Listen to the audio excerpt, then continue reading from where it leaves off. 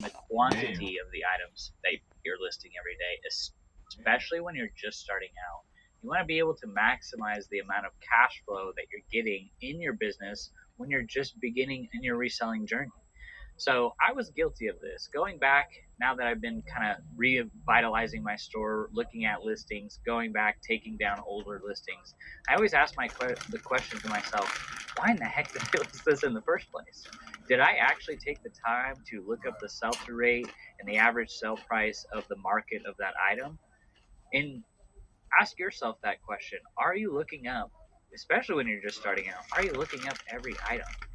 Just because you need to look up every item doesn't mean you need to do it forever. Just being able to get a good idea of what the market is for Ralph Lauren polos, for Grayson polos, for cool cargo shorts, for clothing items that you're finding and that you're picking up. You look it up once, and then as you continue to find it, you're going to continue to list it because you already know a general idea of the sell through rate and the average sale price. This is the most important thing you need to get figured out before you start listing and listing and listing 20 listings a day, 50 listings a day. You really need to figure out those two key things. And the more important one is the sell through rate of the items that you're actually listing. Do you want to be in the storage business or do you want to be in the resale business?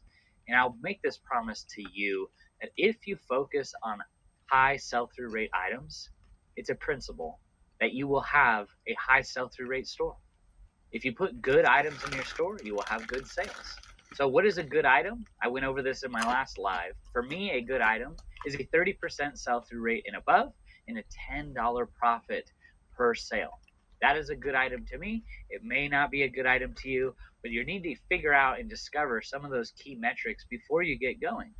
Time and time again, I have reviewed countless eBay stores where they're just starting out and they have the good titles, they have good photos, but then when it comes down to the quality of the item that they're listing, it may not have a good sell through rate. And they come to me asking, hey, I have 700 items listed and we're listing 10 a day. We're only getting about one or two sales a day. Can you take a look at my store?